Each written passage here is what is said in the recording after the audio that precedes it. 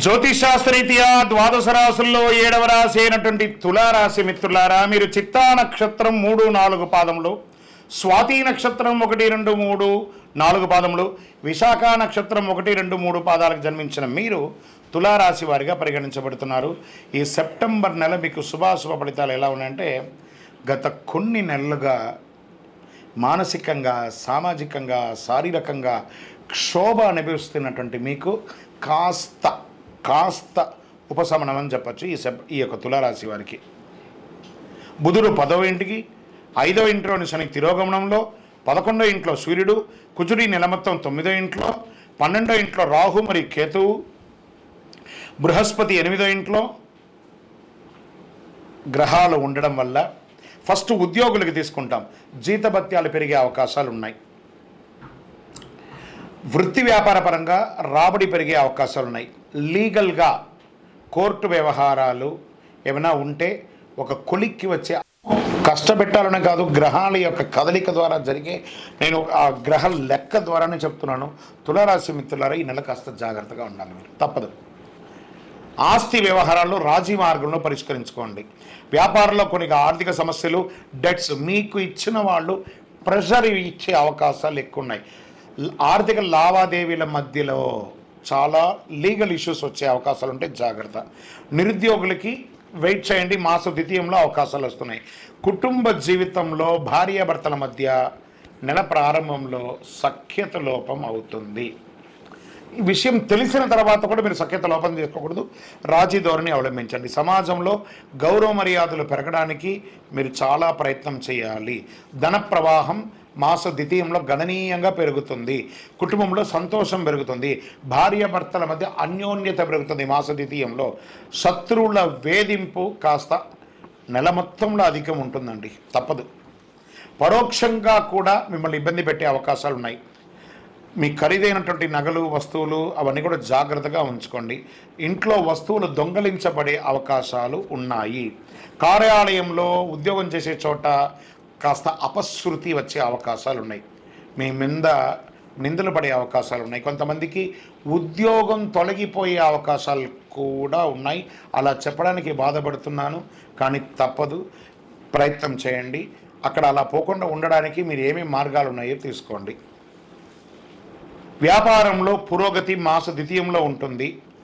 మీ యొక్క పోటీదారులు చాలా ఇబ్బంది పెట్టే అవకాశాలు ఉన్నాయి. ప్రభుత్వం నుంచి కూడా మీకు స్ట్రెస్, మీరు ఏదైనా పర్మిషన్స్ కోసం పెట్టిన లెటర్స్ కానీ లేకపోతే ఇంకోటైనా ఏదైనా ఉంటే కూడా అది కూడా కాస్త జాప్యం అయ్యే అవకాశాలు బాగా ఉన్నాయి. క్రీడాకారులకి సాహసోపేతమైనటువంటి క్రీడల్లో పాల్గొనేటప్పుడు చాలా జాగ్రత్తగా వ్యవహరించండి. మానసిక ఒత్తిడి, స్ట్రెస్ పెరుగుతూ ఉండడం వల్ల కొంచెం మైగ్రేన్ లాంటిది మీకు వచ్చే అవకాశాలు ఉన్నాయి. దినచర్యను మంచి చక్కగా వ్యాయామం లాంటిది చేయండి. ఈ నెల కాస్త ఇబ్బందిగా ఉంది కాబట్టి ఏదైనా తీర్థాటనం, క్షేత్రానికి వెళ్ళి ఇష్టదైవాన్ని ప్రార్థన చేయండి. రాజకీయ నాయకులకి ఇది గడ్డు కాలం, తస్మాత్ జాగ్రత్త. షేర్ మార్కెట్ అసలు ముట్టుకోవద్దు. మీడియా రంగం వారికి కూడా మిశ్రమమే. ఐటీ రంగంలోనే చాలా మార్పులు జరగబోతున్నాయి. తులారాశిలో ఉన్నటువంటి ఐటీ రంగంలో ఉద్యోగస్తులకి ఒకటి, మీ ఉద్యోగం వదలడం జరగచ్చు, లేదా ఉన్న ఉద్యోగంలో నుంచి పై పదవికైనా కింది పదవికైనా వెళ్ళచ్చు, లేదా ఈ ఉద్యోగం మార్పు అయినా జరగవచ్చు. వివాహం కాని వారికి ఇంకొక నెల వెయిట్ చేయండి. సరే, ఈ నెల మంచి రోజులు ఏమైనా ఉన్నాయా అంటే సెప్టెంబర్లో 3వ తారీఖున, 6వ తారీఖున, 9వ తారీఖున, 12వ తారీఖున, 15వ తారీఖున, ప్రతి 3 రోజులకి ఒక రోజు బాగుంది.